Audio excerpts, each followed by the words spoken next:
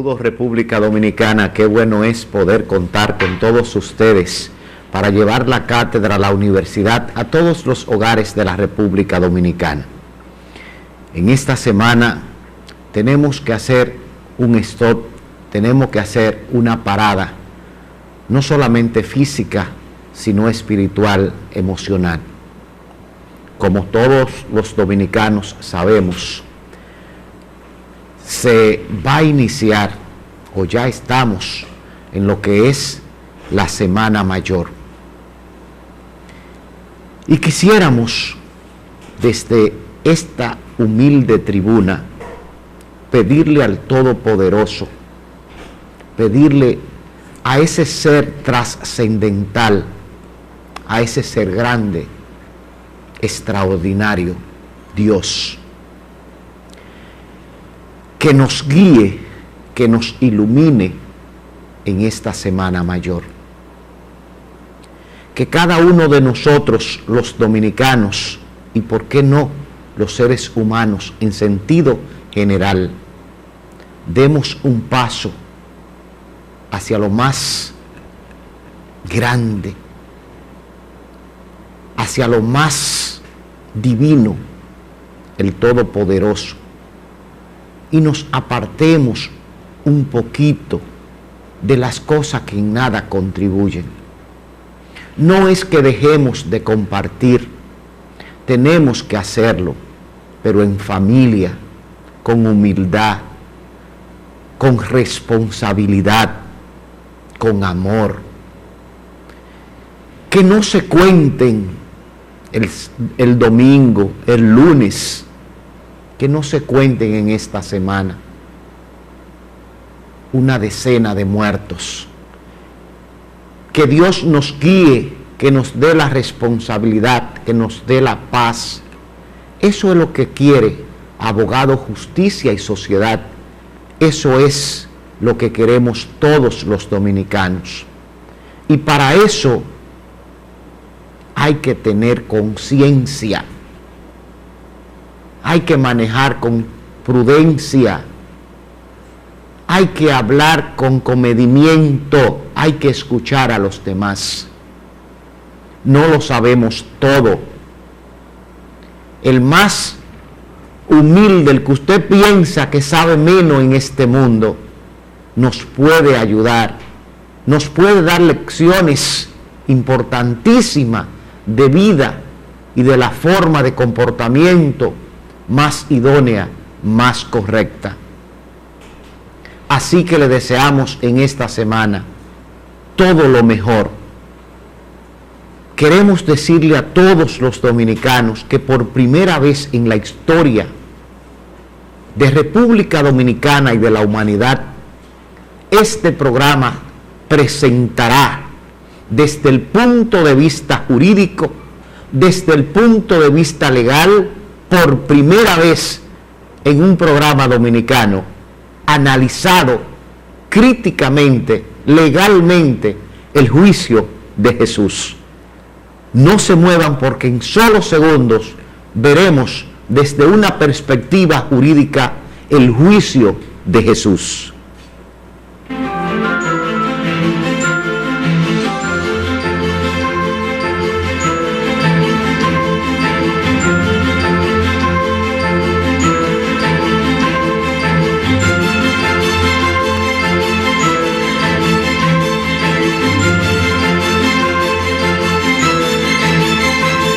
Con los que avanzan,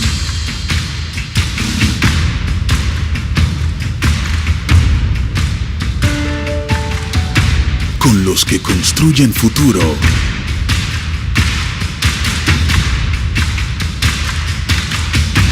y con los que cuidan el presente.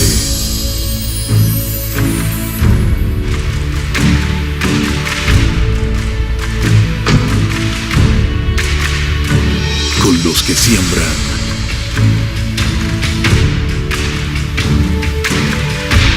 con los que creen,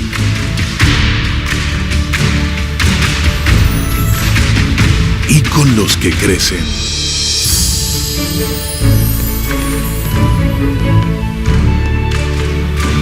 Con los que suman y con los que sueñan, con todos los que aman esta tierra.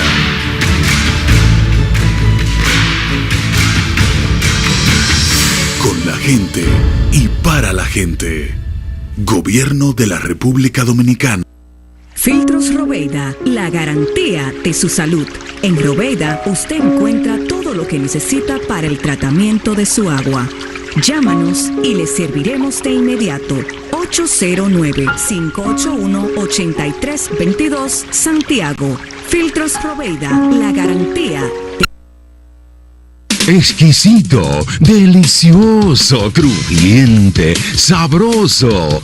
Así es, Tropical Lunch, el nuevo restaurante de comida criolla en Santiago. Menú variado cada día, en buffet y platos a la carta, variedad en sándwich, pollo frito, mofongo y un rico sancocho desde las 12 del mediodía. Tropical Lunch, con rápido servicio de delivery, marcando el 809-576-2192. Tropical Lunch, fácil de llegar, cerca de ti, calle 7, casi esquina 27 de febrero, Las Colinas, Santiago. Promesa garantiza que los productos que son vendidos en las farmacias del pueblo sean de calidad.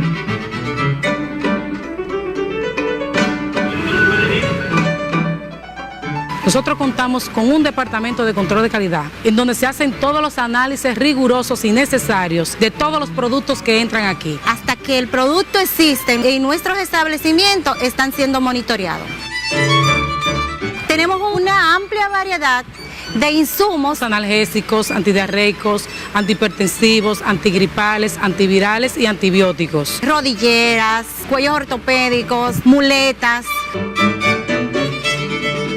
Yo les exhorto a todos que confíen en los productos que tenemos aquí en Promesecal, que son productos que dan calidad de vida, son productos que son confiables, de calidad y a bajo costo.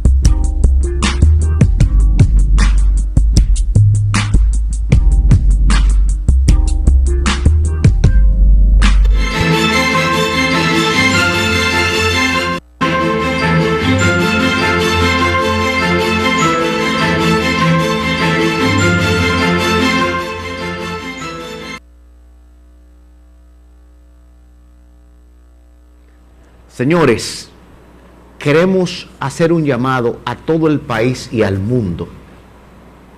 Tenemos ya con nosotros para hacer un análisis al profesor, al investigador, al catedrático Robert Vargas, donde por primera vez en la historia, desde el punto de vista jurídico constitucional, el juicio a Jesús. Profesor, muy buenos días. Bienvenido a este programa. Gracias por invitarme de nuevo. Toda la población y a través de nuestro canal de YouTube, el mundo, podrá observar desde el punto de vista jurídico el debido proceso, las autoridades y sobre todo la sentencia de condena a Jesús.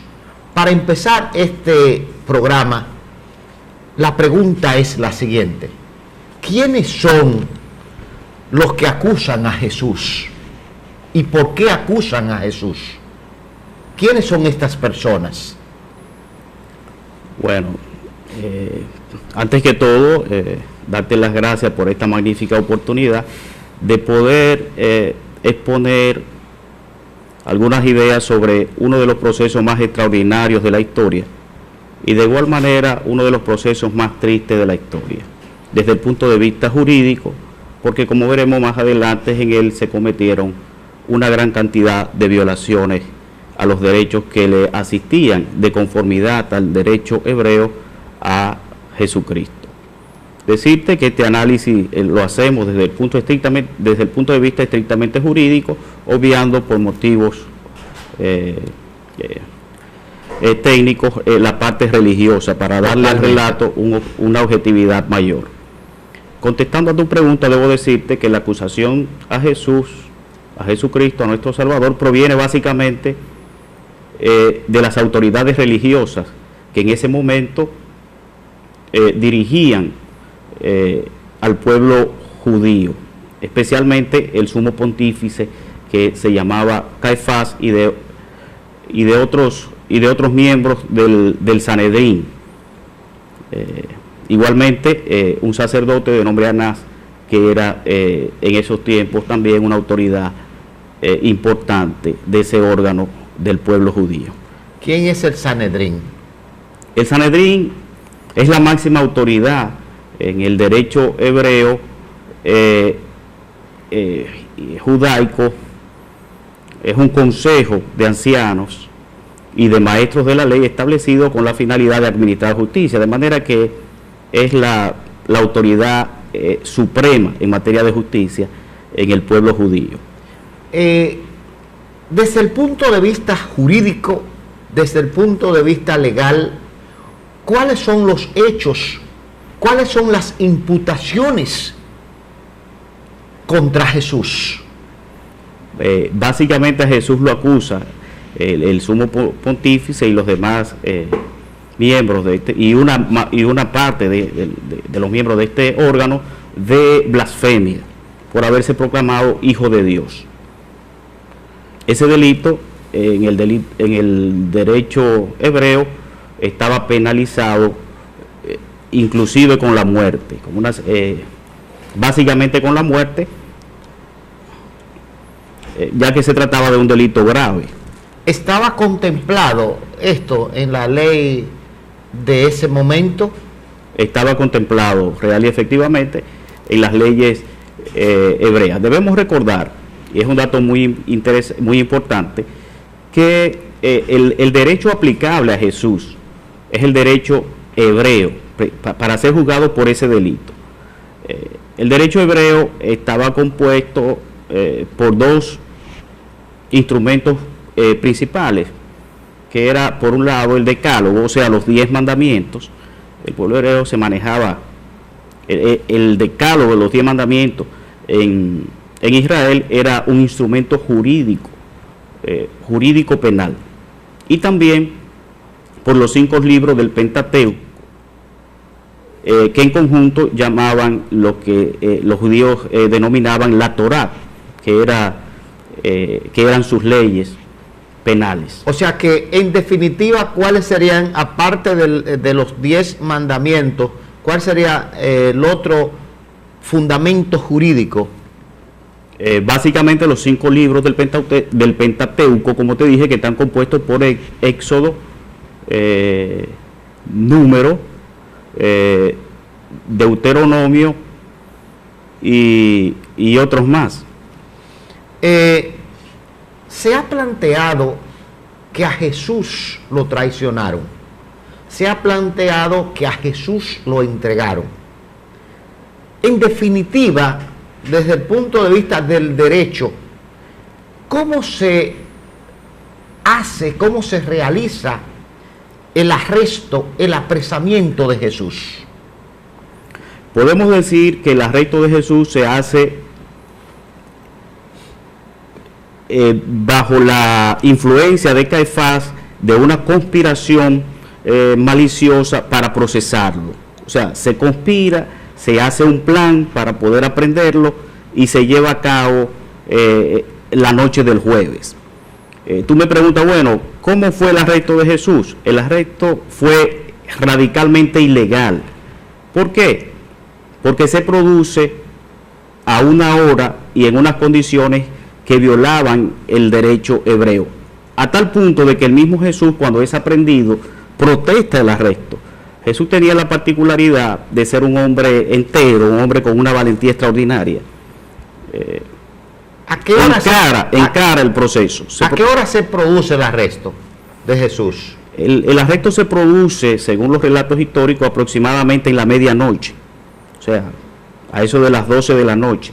Ese día en una propiedad privada y, como te decía, violando las normas que contemplaba el derecho hebreo, que reservaba el arresto solamente para los delitos flagrantes.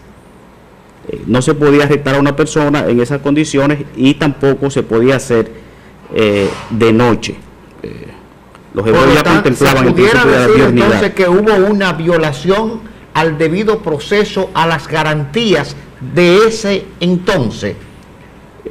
Totalmente de acuerdo, Luis. Desde el primer momento en que arrestan a Jesús se empieza a violar el debido proceso, que como te decía, el arresto en el derecho hebreo estaba contemplado para los delitos flagrantes y Jesús no había cometido un delito flagrante. De igual manera se llevó a cabo de noche, lo que implicaba también una violación al principio de la diurnidad que había sido establecido. ¿Al principio? De la diurnidad, o sea, de que las actuaciones judiciales se llevaran a cabo de día. Estaban prescritas, estrictamente prohibidas por la Torá, que esos arrestos, que las acciones judiciales pudieran tener lugar en la noche. ¿Quién? Pero no el apresamiento, el arresto de Jesús no viene de una autoridad competente. Viene de una autoridad competente porque, como te decía, el Sanedrín era un órgano judicial con una plenitud de competencia para conocer los asuntos que tenían que ver con el pueblo hebreo. Hay una situación histórica que es preciso aclarar. En el contexto histórico en el que se desarrolla el juicio, el proceso de Jesús, es en el contexto histórico geográfico, es precisamente en Judea, que en ese momento estaba siendo gobernada por Roma, por un prefecto romano de nombre Poncio Pilato. Debemos recordar también que los romanos habían conquistado desde hacía más de un siglo esa región del Medio Oriente y habían instalado allí un gobernador romano. Es importante para entender también el contexto en que se desarrolla el proceso, que los romanos tenían por costumbre, cuando conquistaban un país o una región, respetar las autoridades internas para ellos garantizar la gobernabilidad de esas regiones.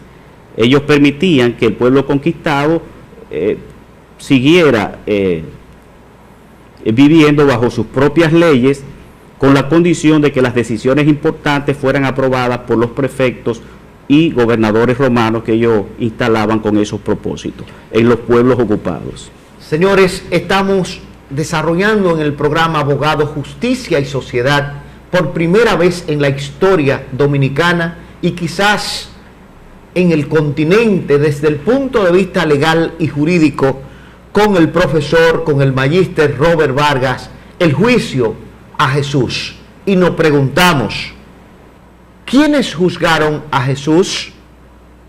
¿Por qué no en su lugar con las leyes de origen y se produce en otro confines, en otra parte? ¿Qué fue lo que pasó desde el punto de vista legal de las leyes de ese entonces? Amigos televidentes, solo unos segundos y no se muevan, porque vamos a tener y vamos a continuar con el juicio a Jesús.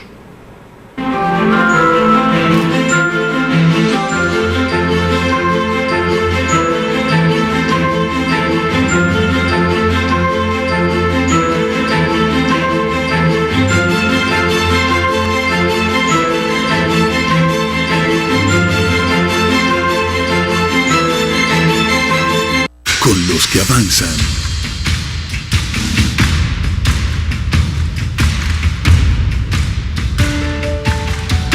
Con los que construyen futuro.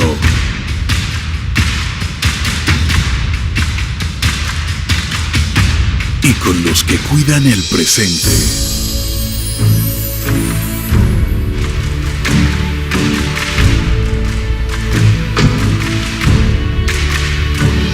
con los que siembran,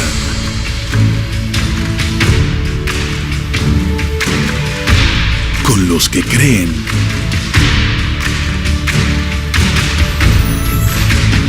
y con los que crecen.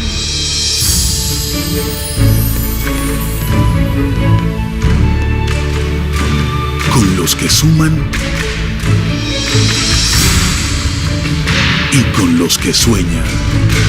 Con todos los que aman esta tierra.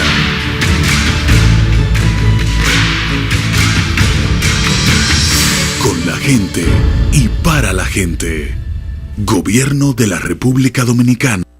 Filtros Roveida, la garantía de su salud. En Roveida usted encuentra todo lo que necesita para el tratamiento de su agua. Llámanos y le serviremos de inmediato. 809-581-8322 Santiago. Filtros Roveida, la garantía. Exquisito, delicioso, crujiente, sabroso. Así es, Tropical Lunch, el nuevo restaurante de comida criolla en Santiago. Menú variado cada día, en buffet y platos a la carta, variedad en sándwich, pollo frito, mofongo y un rico sancocho desde las 12 del mediodía. Tropical Lunch, con rápido servicio de delivery, marcando el 809-576-2192. Tropical Lunch, fácil de llegar, cerca de ti, calle 7, casi esquina 27 de febrero, Las Colinas, Santiago. Promese garantiza que los productos que son vendidos en las farmacias del pueblo sean de calidad.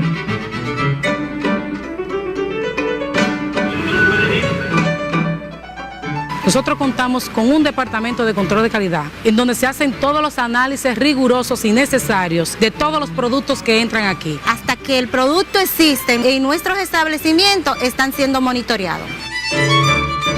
Tenemos una amplia variedad de insumos Analgésicos, antidiarreicos, antihipertensivos, antigripales, antivirales y antibióticos. rodilleras, cuellos ortopédicos, muletas.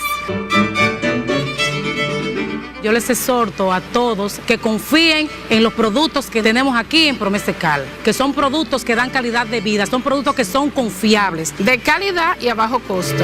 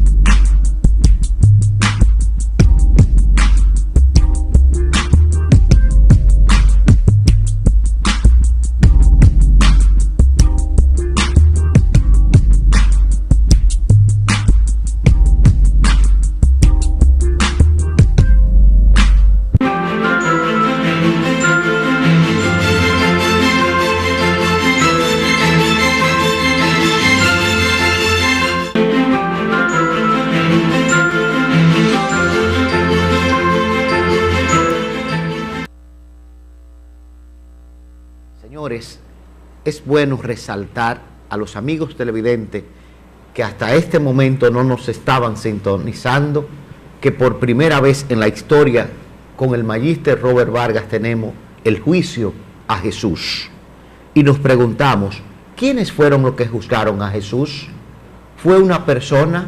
¿Fue un tribunal colegiado? ¿Cómo fue la situación, Robert? Aunque en principio quien daba la cara y quien organizó toda la parafernalia de la conspiración contra Jesús fue el sumo pontífice Caifás, no menos cierto es que él no podía condenar a Jesús, sino que tenía que llevar ese proceso ante el órgano competente, que era el Sanedrín, la autoridad religiosa, moral y jurídica más importante del pueblo hebreo. El Sanedrín estaba compuesto por 71 miembros, incluyendo al sumo pontífice, los cuales tenían la función de juzgar, de presentar la acusación y de asumir la defensa al mismo tiempo. Es decir, una parte, los que estuvieran a favor de Jesús, asumirían o votarían a su favor, otra parte presentaría la acusación y en conjunto todos, por mayoría de votos, aprobarían la sentencia, o sea, condenarían o absolverían a Jesús. Las sentencias se adoptaban, eso es un dato importante, por mayoría simple. No existía en ese órgano una mayoría cualificada, o sea, con la diferencia de un voto era suficiente para producir una condena. Pero resulta que a él lo llevan ¿por qué lo envían a Roma? A las autoridades romanas. ¿Fue entonces el Sanedrín o fueron las autoridades romanas? ¿Quién es que en definitiva lo condena? Bueno, eso hay que aclararlo a la población. Correcto.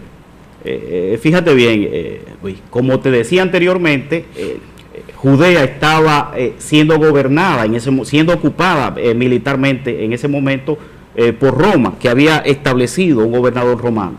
El Sanedrín era una autoridad nacional hebrea, o sea, pertenecía a la clase dirigente que había sido respetada por Roma, porque, como habíamos expresado, Roma le permitía a los pueblos conquistados que mantuvieran sus instituciones, pero con la condición de que las decisiones importantes, en este caso la aplicación de la pena de muerte, debía ser homologada por el gobernador romano de turno. Es por esta razón que una vez que el Sanedrín procesa a Jesús, lo debe enviar a la autoridad romana para que pueda aprobar o desaprobar la decisión que previamente habían tomado. ¿Eso era como una apelación o una homologación? Era más bien una homologación. La apelación era otro proceso que se dirigía directamente al emperador en Roma. El proceso, debemos decir, que se desarrolló en Jerusalén. Pero, ¿qué pasa cuando lo llevan a Roma? ¿Lo mandan a otras autoridades? Lo llevan a las autoridades romanas en Jerusalén por el motivo que te decía. Allí el pretor, el gobernador, que en ese entonces era Poncio Pilato, examina, lo interroga y se da cuenta y no encuentra en ese interrogatorio ningún indicio que pueda imputarle, que pueda deducir que Jesús haya cometido un delito, por lo que le propone al sumo pontífice y a los demás miembros del Sanedrín que él lo va a escarmentar, lo va a castigar con una condena simple de latigazo y luego lo va a poner en libertad. En ese sentido, tanto el sumo pontífice como los demás miembros del Sanedrín se oponen y le requieren a él que lo condenen a muerte, o sea, que ratifiquen la pena de muerte que ellos previamente habían decidido.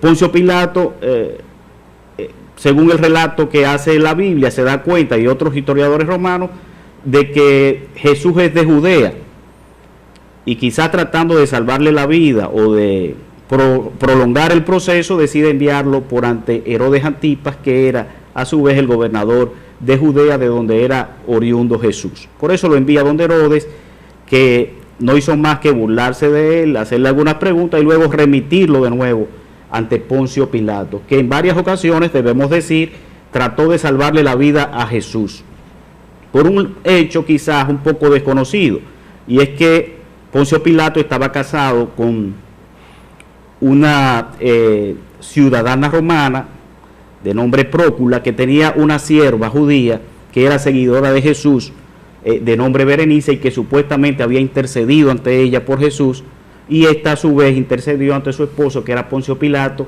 para que le perdonara la vida. Por eso vemos que en 4 oportunidades Poncio Pilato trató de evitar la pena de muerte contra Jesús, cosa que no pudo consumar porque terminaron por imponerse las pretensiones maliciosas, la acusación maliciosa de el sumo pontífice Caifás y de los demás miembros. ¿Termina condenándolo quién entonces? Bueno, curiosamente terminan condenándolo las autoridades romanas, porque en la última comparecencia que tuvo Jesús ante Poncio Pilato, en esa última comparecencia, la multitud que acompañaba al Sanedrín puso entre la espada y la pared a Poncio Pilato, acusándole de traición a Roma si no condenaba a Jesucristo. Por eso Poncio Pilato decide hacerle una nueva imputación a Jesús, que es la de sedición o de rebelión en contra del Imperio Romano. Bajo este alegato, y no el de blasfemia que originalmente había enarbolado el sumo pontífice Caifás, es que se produce la lamentable sentencia de muerte en la crucifixión que se impone a Jesucristo. Pero por sedición existía la pena de muerte. Hay una contradicción. Existía porque la pena de muerte. Si cambian el tipo penal, como decimos actualmente, entonces no podía ser condenado a la pena de muerte. Hay una contradicción o incongruencia en la acusación original de blasfemia que se habían establecido ante el Sanedrín y la acusación final que se había establecido como una nueva acusación ante Poncio Pilato, que fue la de sedición. Estaban penalizadas, sí existía la pena de muerte para estos delitos. La cuestión es que Jesús no los había cometido, esos delitos. Estamos hablando entonces que en este proceso hubo violaciones, incluso imputaciones que no hizo Jesús. Podemos identificar en el juicio a Jesús, y esto es muy importante, una gran cantidad de violaciones al debido proceso. No al debido proceso que pudiéramos nosotros identificar en los procesos de hoy día, sino al debido proceso que ya estaba establecido en la ley hebrea. ¿Cómo cuáles? Primeramente, podemos decir que se violó... ¿Y las pruebas? Las pruebas, a Jesús no se le permitió producir pruebas, y ese es un derecho que él tenía. Podemos identificar como una de las violaciones más importantes la violación al principio de imparcialidad. Fijaos bien que Jesús es condenado por los mismos acusadores, o sea, las mismas personas que acusan a Jesús son los que lo juzgan. Son los que lo juzgan. Una violación flagrante al debido proceso establecido a la luz del derecho hebreo, que consagraba una serie de prerrogativas a favor del imputado que en el caso de Jesús no se cumplieron. Se violó de igual manera el principio de publicidad. La ley hebrea establecía que los procesos debían desarrollarse en el Gazit. ¿Qué es eso? Que es un recinto sagrado establecido para tales fines por las autoridades hebreas, de manera que toda condena debía producirse en ese lugar. Es como podríamos decir el tribunal. Fijaos bien que Jesús es juzgado y condenado en la casa de Caifás, en el primer proceso, violando de manera flagrante ese principio elemental del derecho hebreo. De igual manera, podemos identificar la violación al principio de la diurnidad. Claramente el derecho hebreo establecía que los procesos debían celebrarse de día. Este proceso, como podemos ver, se desarrolla en la madrugada. Los hebreos habían concebido esta garantía para permitir que el pueblo pudiera observar las actuaciones de los jueces, de los imputados y de los testigos y de la defensa, garantizando con ello que las decisiones se tomaran de una manera justa y cumpliendo con esas normativas. ¿Pudiéramos nosotros, doctor Robert, hablar de que Jesús estuvo una defensa? Jesús estuvo asistido en este juicio legalmente por algún abogado, algún defensor, algún representante del pueblo. Amigos televidentes, no se muevan. Por primera vez en la historia, desde el punto de vista jurídico, el juicio de Jesús.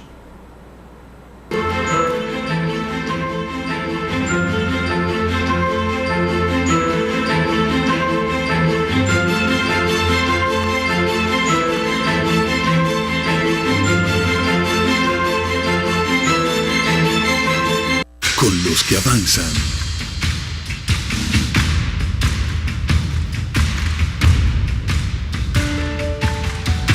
Con los que construyen futuro.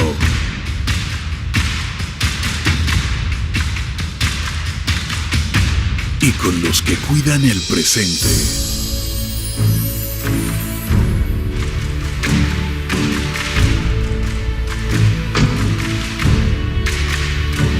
Con los que siembran.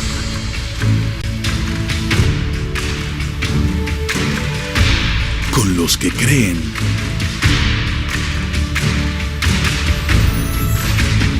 Y con los que crecen.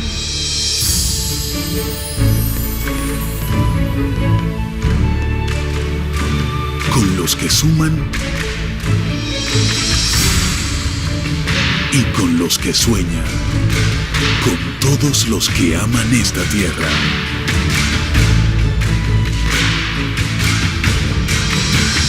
Con la gente y para la gente. Gobierno de la República Dominicana. Filtros Roveida, la garantía de su salud. En Roveida usted encuentra todo lo que necesita para el tratamiento de su agua. Llámanos y le serviremos de inmediato. 809-581-8322 Santiago. Filtros Roveida, la garantía. Exquisito, delicioso, crujiente, sabroso. Así es, Tropical Lunch, el nuevo restaurante de comida criolla en Santiago. Menú variado cada día, en buffet y platos a la carta, variedad en sándwich, pollo frito, mofongo y un rico sancocho desde las 12 del mediodía. Tropical Lunch, con rápido servicio de delivery, marcando el 809-576-2192. Tropical Lunch, fácil de llegar, cerca de ti, calle 7, casi esquina 27 de febrero, Las Colinas, Santiago. Promese garantiza que los productos que son vendidos en las farmacias del pueblo sean de calidad.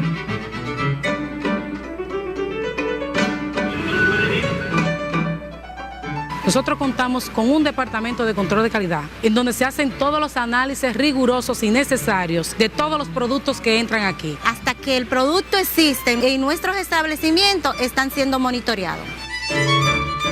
Tenemos una amplia variedad de insumos Analgésicos, antidiarreicos, antihipertensivos, antigripales, antivirales y antibióticos. rodilleras, cuellos ortopédicos, muletas.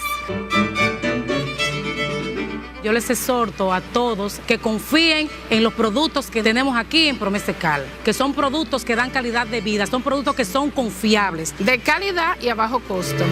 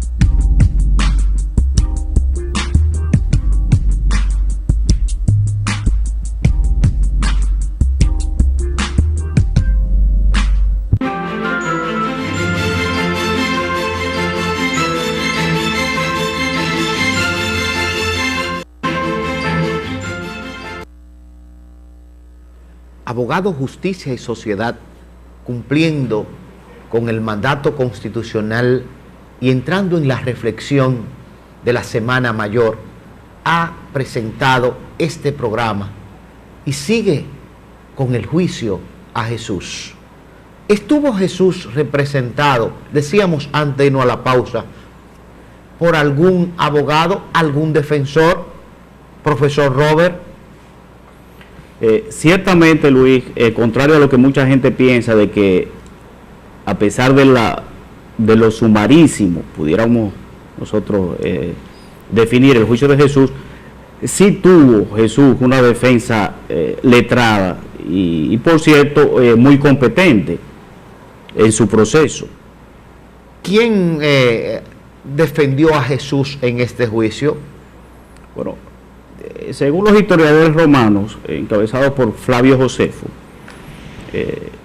varios miembros del Sanedrín asumieron una posición favorable a Jesús, pero la más memorable, la que puede identificar más con el rol de un defensor, es la que tuvo Nicodemo, que hizo quizás una de las defensas más memorables de la historia y también más desconocidas. Nicodemo asumió la defensa de Jesús con una dignidad extraordinaria y con una valentía fuera de serie, porque él mismo se ponía en riesgo, como tal y cual terminó sucediendo, que fue acusado de ciertas cosas por haber asumido esta defensa de Jesús. Una defensa que pudiera aplicarse al día de hoy a cualquier recluso, con una trascendencia histórica extraordinaria, porque en ella... ¿Qué alegaba Nicodemo en la defensa de Jesús? Nicodemo realmente alegó todos los vicios procesales en que habían incurrido las autoridades del Sanedrín para imponer la sentencia a Jesús. Les reprochó a ese tribunal inicuo, que había impuesto esa sentencia sin respetarle a Jesús su derecho de defensa. Establecía él que la ley hebrea le concedía al imputado la posibilidad de producir prueba a descargo y que en el caso de Jesús ese derecho no se había cumplido. De igual manera, le reprochó al ¿Pudo presentar pruebas? Se le impidió presentar pruebas, sobre todo por la celeridad del proceso y la forma apresurada en que se llevó a cabo. El proceso tuvo lugar desde aproximadamente desde la 1 de la madrugada hasta las 6 de la mañana. Ese fue el tiempo en el cual se llevó a cabo el proceso. ¿Se conoce en la historia otro proceso fuera del de Jesús que se haya realizado en la noche, de manera nocturna? Bueno, básicamente ese fue otro de los puntos que Nicodemo atacó del Sanedrín, haber tomado la decisión violando el principio de la diurnidad. Establecía que ese proceso era ilegal porque se había llevado a cabo fuera de las horas que establecía la Torá, que era la ley aplicable en la materia. De igual manera, le reprochó al tribunal que después de cerrada la instrucción, o sea, después que se habían recibido los primeros testigos, se habían admitido nuevos testigos, que a su vez eran testigos falsos, testigos que iban a decir cosas que Jesús no había hecho. Sin embargo, a Jesús entonces, en la defensa de Jesús, no aceptaron testigos. No se aceptaron testigos pese a que la ley hebrea lo permitía. De igual manera, Nicodemo, que era un maestro de la ley y un personaje prestante de la sociedad hebrea de esa época, arguyó en defensa de Jesús el hecho de que la crucifixión no estaba contemplada como pena de muerte en el derecho hebreo, sino la lapidación, o sea, la muerte por apedreamiento. De manera que si analizamos esos 4 puntos, podemos decir que Jesús estuvo muy bien representado en la persona de Nicodemo en ese proceso, a pesar del resultado. Profesor Robert, en este caso, en este programa especial sobre el juicio de Jesús, pudiéramos hacernos otra pregunta, y quizá los amigos televidentes de República Dominicana y del mundo. La sentencia contra Jesús pudiera someterse a algún recurso, lo que hoy llamamos la apelación, o quizás con otro nombre en esa época. Pero ciertamente, Luis, pudiera haberse presentado un recurso que tenían los romanos previsto en la ley para las sentencias que se produjeran en las provincias ocupadas. El recurso de apelación. ¿Así mismo se llamaba? Sí, el recurso impugnatorio o de apelación. Impugnatorio o de apelación, sí, contra la sentencia en contra de Jesús. Correcto, contra la sentencia que había adoptado, la sentencia de homologación que había adoptado Poncio Pilato. Este recurso se establecía directamente ante el emperador romano, debía enviarse a Roma, por lo que la sentencia de muerte se suspendía. La pregunta sería entonces, ¿lo ejerció Jesús? ¿Por qué no lo ejerció Jesús? Jesús tenía un impedimento jurídico para ejercer el derecho de apelación, y es que no era ciudadano romano, a diferencia de San Pablo, que sí, cuando fue condenado, ejerció el recurso de apelación ante el César, que ratificó la sentencia y que todos sabemos el resultado. De manera que existía el recurso de apelación que se llevaba a cabo ante Roma, pero había un obstáculo jurídico que tenía Jesús, y es que no era ciudadano romano, y la apelación solamente se le permitía a los ciudadanos romanos o a los que por algún motivo de las causas establecidas por el derecho romano hubiera adquirido la ciudadanía romana, cosa que sucedió, como te decía anteriormente, con Pablo, que sí ejerció el recurso de apelación cuando fue condenado a muerte, porque él había adquirido la ciudadanía romana. ¿Significa esto, profesor Robert, que es otra violación, porque solo pudiéramos hablar actualmente de una vía? Es decir, esta sentencia era definitiva. Es correcto. Debemos, desde el punto de vista contemporáneo, recurrir en ese momento, ya estaba establecido. Correcto. El derecho realmente, a la luz de nuestro derecho actual, era una violación, pero a la luz del derecho romano, que había concedido esa prerrogativa solamente para sus ciudadanos, no lo era per se, porque establecía esa excepción diciendo que los extranjeros no se beneficiaban de ese derecho. Sin embargo, los que adquirían la nacionalidad romana podían ejercerlo. Pudiéramos hablar de que el defensor de Jesús ante este juicio intentó, fuera del proceso, realizar alguna acción legal. Realmente todo se fundamentó solo en el proceso de condenar a Jesús. Hizo intentos de convencer a otros miembros del Sanedrín para que no condenaran a Jesús, hasta el punto de que la decisión que condena a Jesús no es unánime, sino que se produce en una proporción, aunque sí mayoritariamente en contra de Jesús. Hubo, aparte de Nicodemo, otros miembros del Sanedrín que votaron a su favor. Fijaos bien, y este es un dato importante, que la votación final para condenar a Jesús en el Sanedrín quedó 65 votos en contra y 4 a favor. O sea que hubo 4 miembros del Sanedrín que votaron favorable a Jesús para que no fuera condenado, sino para que fuera absuelto. ¿Cuántos miembros? Los miembros totales del Sanedrín eran 71 miembros, incluyendo al sumo pontífice, que era Caifás en ese momento, y que obviamente había sido el patrocinador de esta atrocidad jurídica en contra de Jesucristo, que indiscutiblemente fue procesado bajo los términos de una conspiración en toda regla. O sea, desde el principio se urdió el plan de deshacerse de Jesús.